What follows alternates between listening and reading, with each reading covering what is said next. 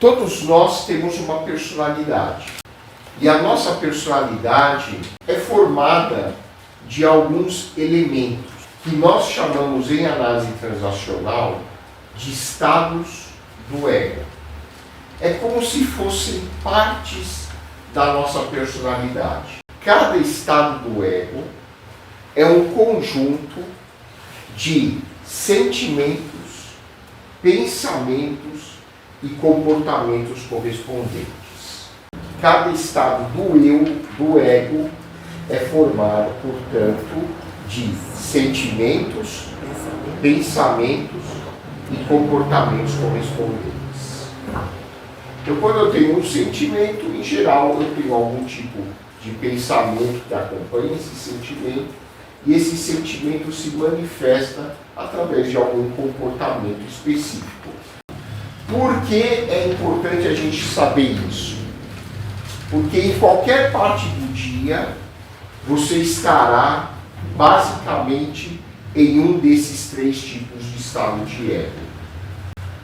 E quando você sente uma emoção mais forte, tipo ansiedade, tipo depressão, desesperança, angústia, a primeira coisa é localizar em que estado de ego você está. E aí você vai saber como proceder.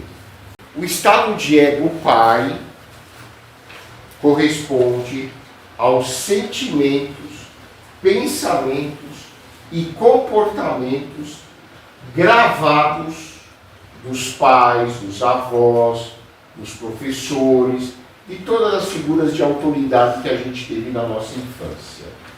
Então, você pode dizer assim: quando eu crescer, eu não quero ser igual à minha mãe, ou não quero ser igual à minha tia, não quero ser igual ao meu pai. E aí você se vê fazendo exatamente as mesmas coisas que a sua mãe, seu pai e sua tia faziam. Por quê? Porque o nosso estado de ego pai gravou os pensamentos, sentimentos e comportamentos dos seus pais, armazenado como uma fita gravada dentro do nosso cérebro. Fica no inconsciente. O nosso estado de ego adulto corresponde ao nosso lado mais lógico, racional. É como se fosse o nosso lado computador. São sentimentos, pensamentos e comportamentos voltados para a realidade presente, voltados para o aqui e agora, voltados para a resolução de problemas, voltados para a solução de coisas que a gente tem que resolver no dia a dia. Então é o nosso lado mais racional. A nossa criança interna corresponde aos sentimentos, pensamentos e comportamentos revividos da nossa infância. Então todas as nossas experiências, desde o momento em que a gente foi concebido, que a gente estava dentro do útero, até o que a gente viveu com 8 anos de idade, tudo isso fica armazenado na nossa criança interna. E a gente pode reviver isso a qualquer momento. E o estímulo para a nossa criança interna aparecer pode ser um cheiro, um barulho, uma paisagem, uma conversa, qualquer coisa. No nosso pai interno, em geral, ficam gravadas as regras que a gente aprendeu dos pais.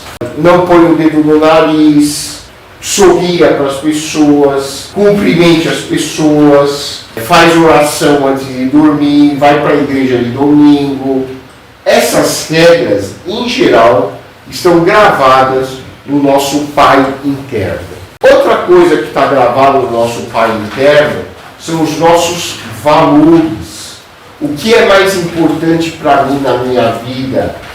Trabalho, família, religião, lazer eu já deixo em segundo plano. Essas escalas de valores, em geral, estão no nosso pai interno. E na nossa criança interna, em geral, estão os nossos desejos, a nossa criatividade, a nossa espontaneidade. Uma pessoa equilibrada emocionalmente, em geral, vai ter partes do dia em que ela está no pai, partes do dia em que ela está no adulto e partes do dia em que ela está na criança. Ninguém consegue ficar só no pai, só no adulto ou só na criança, a não ser que tenha algum distúrbio psiquiátrico. Pessoa que o tempo todo está no adulto.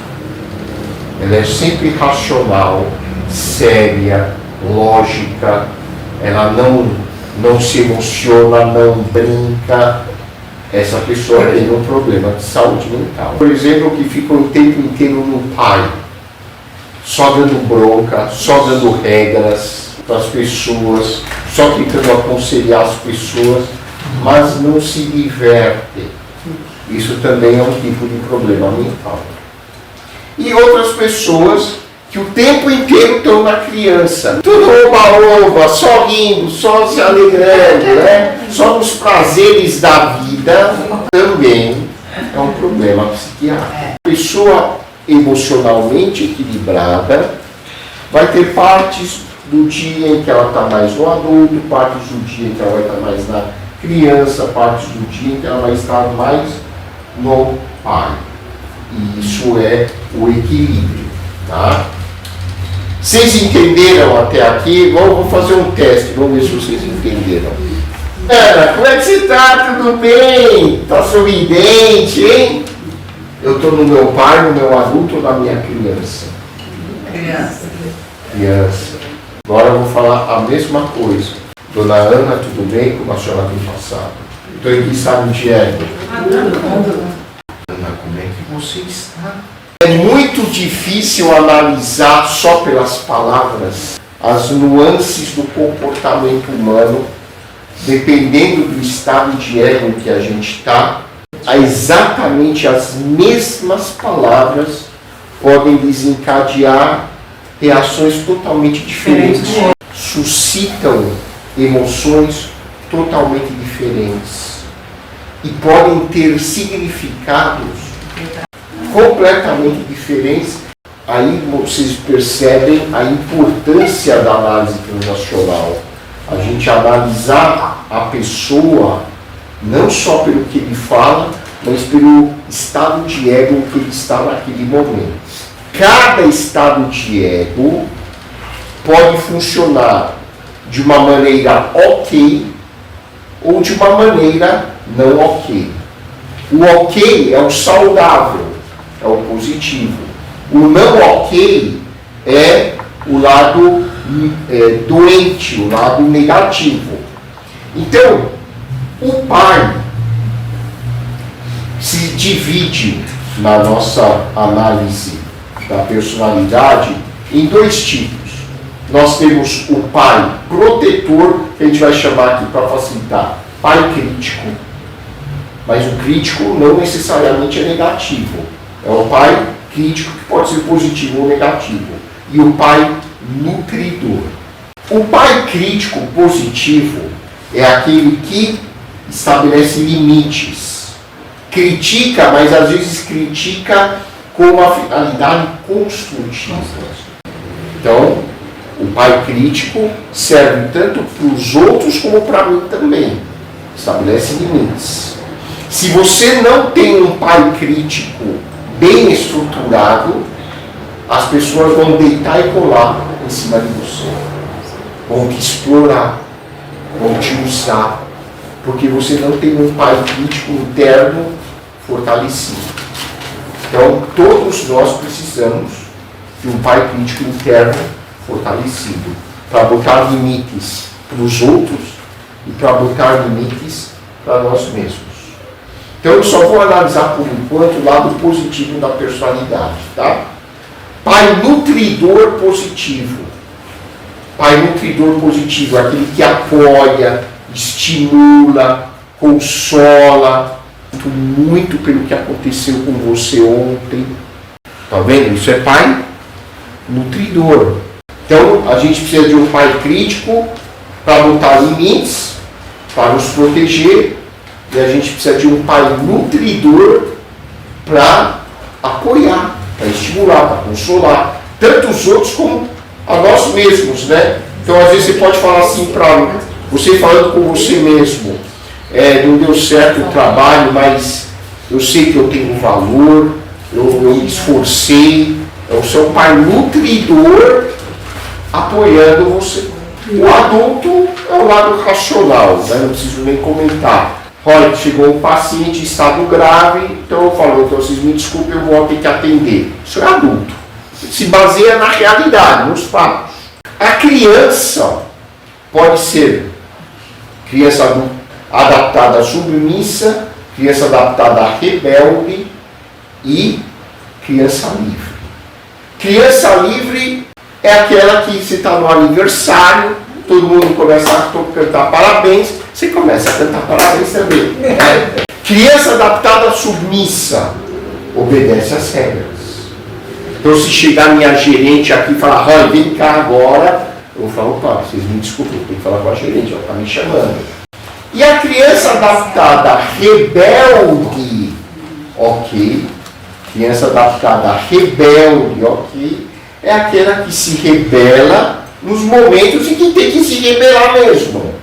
Então, se chegar alguém e falar que, olha, a partir de hoje, vocês vão pagar um imposto 10 vezes maior. Protesta aqui 10 vezes maior, o que você está pensando? Criança adaptada rebelde. Quais são os lados ok da nossa personalidade? Pai crítico positivo, pai nutridor positivo, adulto, criança livre ok ou positiva, criança adaptada submissa ok e criança adaptada rebelde ok. Então, se você estiver bem emocionalmente, você vai estar num desses 6. E o lado negativo da personalidade: pai crítico não ok, burra, com aquele olhar fulminante. Pai crítico não ok, condena, persegue, critica negativamente, desvaloriza. Que roupa ridícula é essa que você está usando? Você é pai crítico negativo. Para os outros e internamente também. Roy, como você foi idiota. Em diálogo interno.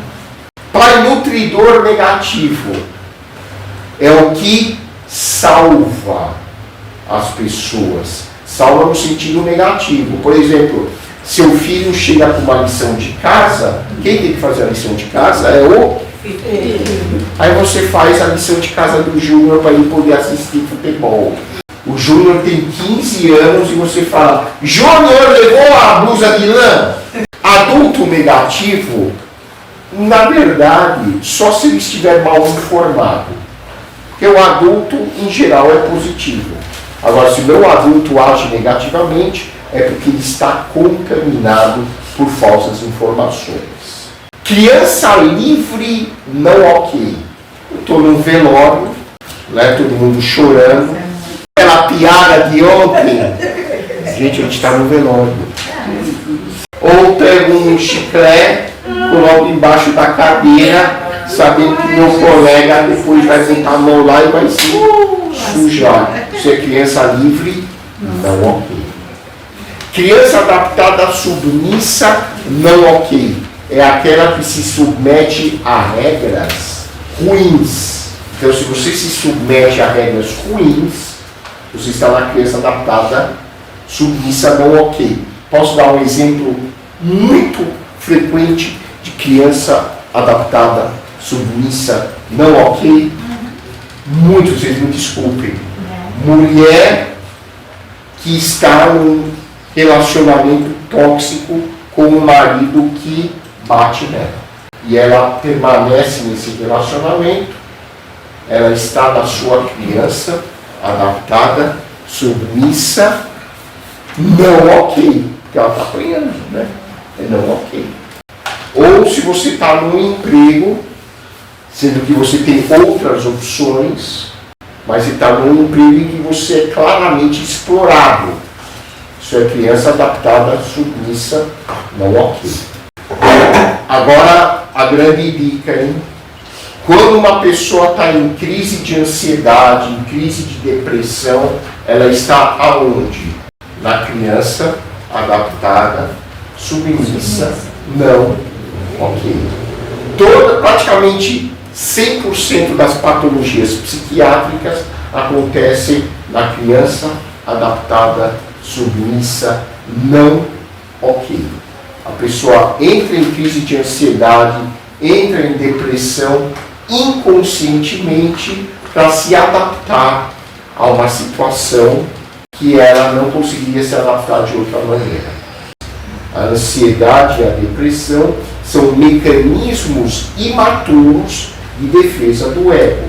Então a pessoa entra na criança adaptada, submissa, não ok, para se defender de alguma suposta ameaça. E por fim, a criança adaptada, rebelde, não ok.